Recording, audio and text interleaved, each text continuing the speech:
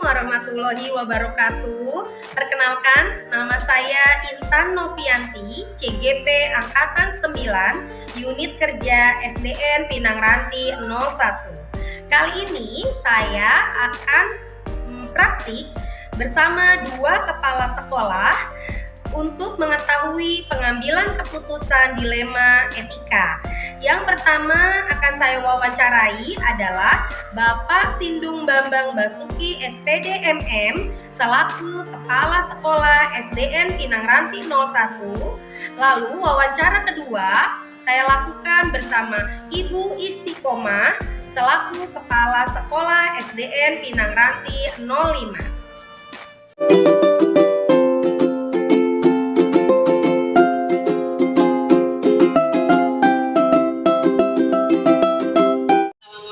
Warahmatullahi wabarakatuh.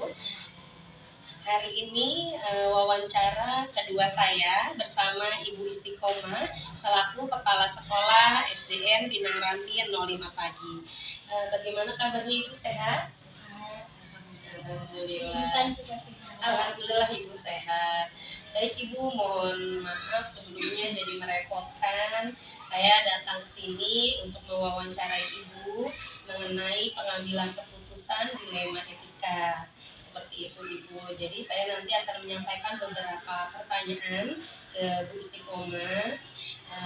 Bagaimana cara Ibu nanti dalam menanggapi beberapa pertanyaan ini. Mohon izin Ibu, terima kasih atas waktunya hari ini. Bisa kita mulai ya Bu ya? Baik Ibu, dengan pertanyaan yang pertama, bagaimana Ibu dalam mengidentifikasi kasus-kasus yang merupakan dilema etika atau bujukan moral? Yang pertama, saya kumpulkan dulu fakta-fakta secara valid. Kemudian setelah itu saya lihat yang dilanggar pelanggarannya itu masalah apakah nilai norma ataukah aturannya. Kemudian siapa saja yang terlibat di situ. Selanjutnya saya akan berpikir dengan jernih, dengan tenang, dengan saya minta juga dibantu oleh teman-teman guru yang tidak terlibat di situ untuk mengambil keputusan. Yang keputusannya tentunya adalah diutamakan murid ya, kebaikan semua pihak, benar Ibu ya. Selanjutnya Ibu, bagaimana Ibu menjalankan pengambilan keputusan di sekolah Ibu, terutama untuk kasus-kasus yang dimana ada dua kepentingan yang sama. Jadi yang sama-sama benar atau yang sama-sama mengandung nilai kebajikan. Jadi bagaimana Ibu menjalankan dalam pengambilan keputusan tersebut? Kalau sama-sama penting, sama-sama kebaikan, nilai kebajikannya sama, tentu akan tetap kita prioritaskan mana di antara yang penting itu yang lebih penting lagi. Berarti diambilnya yang terpenting ya? Yang terpenting. Ya. Kalau kedua-duanya harus diselesaikan, waktunya tentu kita akan prioritaskan yang terpenting dulu, baru kemudian ada lagi ya selanjutnya. Jadi tahap demi tahap berarti ya Bu ya? Kita lihat kepentingannya, tapi kalau hanya harus memilih salah satu di antara yang penting tadi yang paling itu yang wajib diselesaikan duluan ya Bu ya. Paling menyangkut hajat yang lebih luas. Benar Ibu. Nah lalu Bu, langkah-langkah atau prosedurnya seperti apa nih Bu?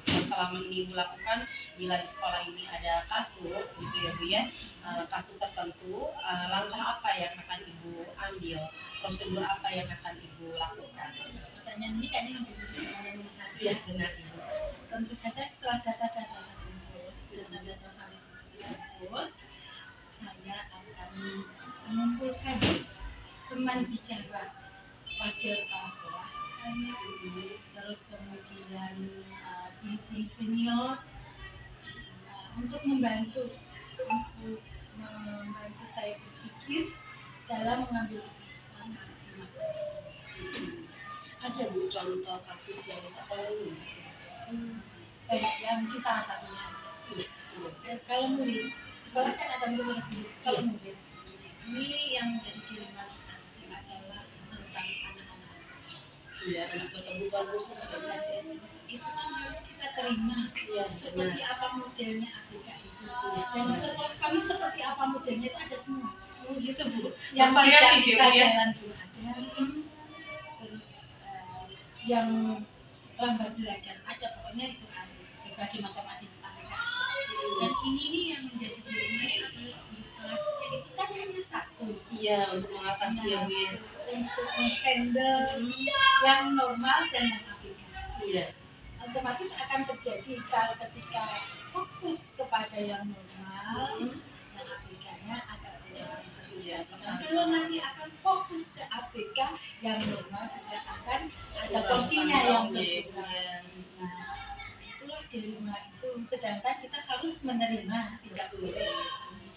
Jadi sebenarnya dengan adanya ABK dan normal disatukan itu menghambat juga termasuk perkembangan generasi kita selanjutnya. Jadi kalau di sekolah negeri seperti kita ini ya Bu ya, tidak ada guru khusus ya Bu untuk penanganan anak berkebutuhan khusus ya. Bahkan itu ilmunya menanganinya juga tidak ada guru tadi. Kita tidak belajar ilmu itu ya Bu ya. Ya itulah memang dilema kita ya Bu ya. Iya.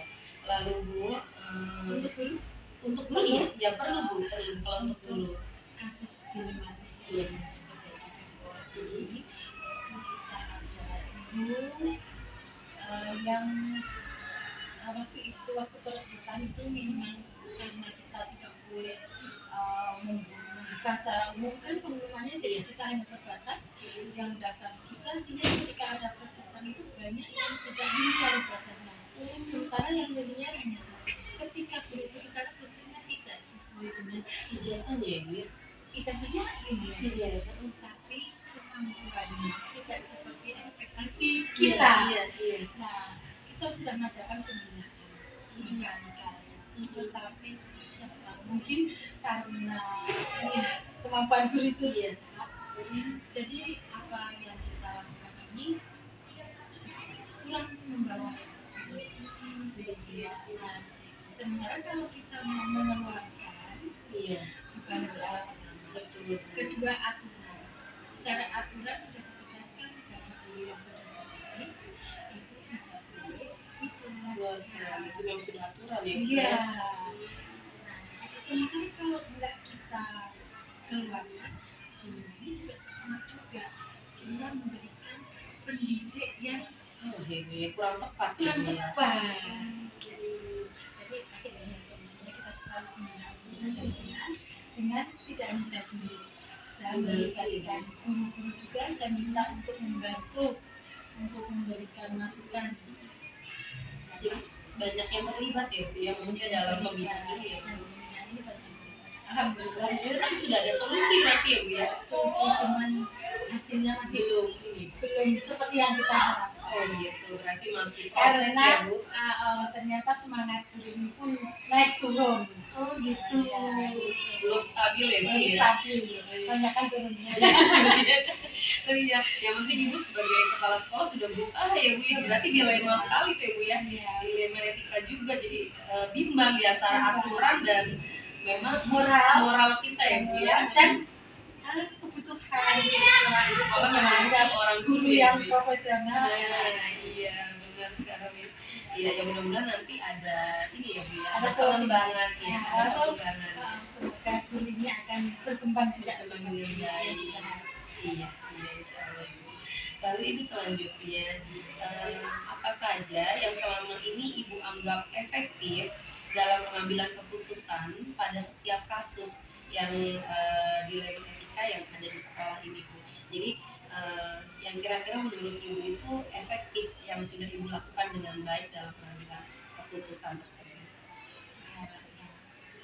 Setiap keputusan kan selalu kita ambil tidak sendiri saya. Sambil melibatkan personal-personal yang saya anggap bisa mendukung kami. Dengan adanya beberapa masukan dan beberapa kepala, karena beberapa kepala yang berpikir, sehingga itu lebih efektif.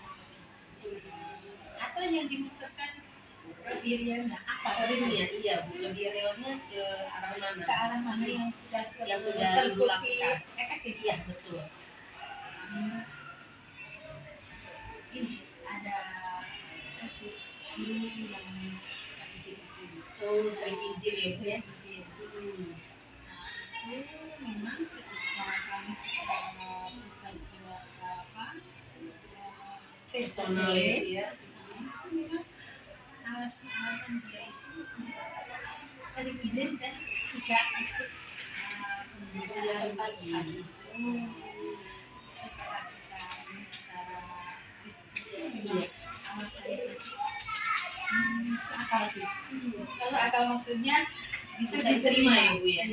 Walaupun alasan tadi selalu ada bisa nggak ikut ini, ya itu bisa diterima karena diantaranya alasannya kamu karena iya kalau masyarakat nah iya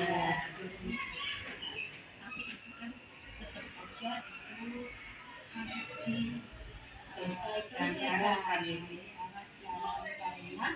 itu melanggar aturan walaupun secara nilai kita bisa kemanusiaannya ya Bu ya, kita bisa ini tapi aturan bilangnya jadi karena kan kita adakan pembinaan secara pribadi aja ya dengan sebelumnya saya sudah bicara dulu dengan tadi guru atau person-person yang bisa saya ajak bicara iya beberapa pihaknya ya Bu ya,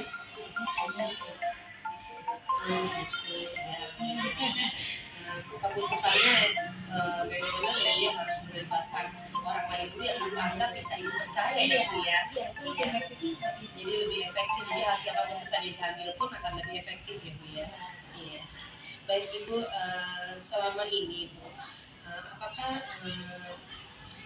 ada tantangan dalam pengambilan keputusan pada setiap kasus-kasus dilema etika ini? Tantangannya ada Bu? Kira-kira gimana? Itu memberikan suatu kebijakan kepada orang yang mungkin tidak bisa menerima sehingga dia akan memusuhi kepala sekolah atau merasa tidak suka dengan kepala sekolah dan kinerjanya pun akan menurun ya Bu. Padahal ini harus ditegakkan oleh kepala sekolah sebagai pembuat kebijakan. Betul. Jadi itu sebuah tantangannya itu ya, akan dibenci. Ya, akan tidak disukai. Sebuah pemimpin ya Bu ya. Seorang pemimpin pasti ada tantangan tersendiri ya Bu ya. Tapi ya kita sebagai orang tua di sekolah kan, makanya ketika dia mungkin tidak suka dengan keputusan yang kita ambil, kita harus berusaha juga untuk mengatakan sehingga tidak berlarut-larut, akhirnya berita baik. Iya benar, itu solusi yang baik ya Bu ya. Memang setiap tantangan pasti nanti akan ketemu dengan solusi yang baik juga ya Bu ya. Iya. Lalu Ibu memiliki apakah Ibu memiliki sebuah tata cara atau jadwal tertentu dalam penyelesaian kasus dilema etika? Apakah Ibu punya jadwal tersebut atau langsung menyelesaikannya di tempat? Artinya Ibu setiap ada masalah langsung diselesaikan atau memang sudah punya jadwal-jadwal tertentu tersebut? Ini tergantung kasusnya. Iya. Kalau permasalahannya harus segera diselesaikan, tidak usah jadwal-jadwal. Secepatnya kita akan segera berusaha untuk menyelesaikan. Mencari solusi langsung ya Bu ya. Itu biasanya dengan cara apa? Ada rapat gitu ya di sekolah? Ini tapi kalau kasus tadi itu ada kasus yang bisa diselesaikan dengan berkelanjutan, tentu akan saya jadwalkan dan selalu ingatkan agar tidak terulang lagi. Apa tadi? Kalau memang seperti itu berarti biasanya kalau ada ini kan sudah terjadwal ya Bu ya, biasanya kalau ada yang terjadwal itu ya. yang tidak harus segera diselesaikan dan perlu waktu waktu yang yang lama. lama ya Bu ya. Terus Pen- kalau ini kalau memang harus diselesaikan langsung Langsung. diselesaikan. Biasanya itu juga ada yang pribadi dan ada yang melibatkan orang lain juga ya Bu. Iya. Iya. Baik Ibu, selanjutnya apakah adakah seseorang atau faktor apa yang selama ini mempermudah Ibu atau membantu Ibu dalam pengambilan keputusan dalam kasus-kasus dilema etika? Jadi adakah seseorang atau faktor yang mendukung? Ada. Iya.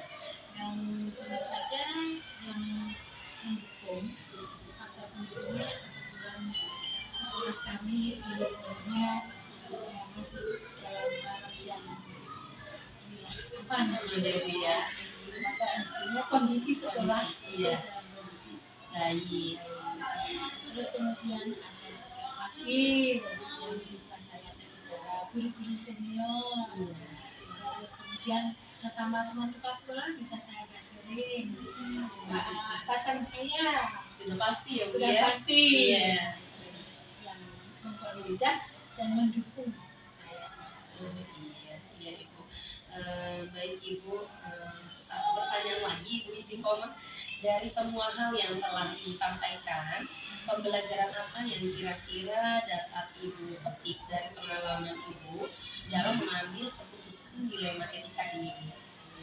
Ya, pembelajarannya semakin banyak masalah juga semakin banyak kita belajar benar sehingga semakin kita dalam menghadapi kasus-kasus ini jadi banyak pengalaman. Iya, jadi tahu ya Bu ya apa yang harus kita lakukan. Iya. Ya. Pembelajarannya jadi banyak belajar dengan adanya banyak pengalaman. Benar. Jadi dalam penyelesaian kasus Iya. juga kita jadi tahu ya Bu Jadi bagaimana tahu. cara kita menyelesaikan bermacam-macam kasus ya Bu ya. Iya. Iya. Baik Ibu, mungkin demikian wawancara dari saya. Saya mohon maaf jika mengganggu waktu Ibu. Terima kasih atas segala informasi yang Bu Istiqomah berikan kepada saya. Semoga Ibu sehat selalu ya Bu ya. Terima kasih banyak. Iya. Sekali lagi terima kasih Bu Istiqomah. Selamat, terima kasih Ya Bu. Iya, terima kasih.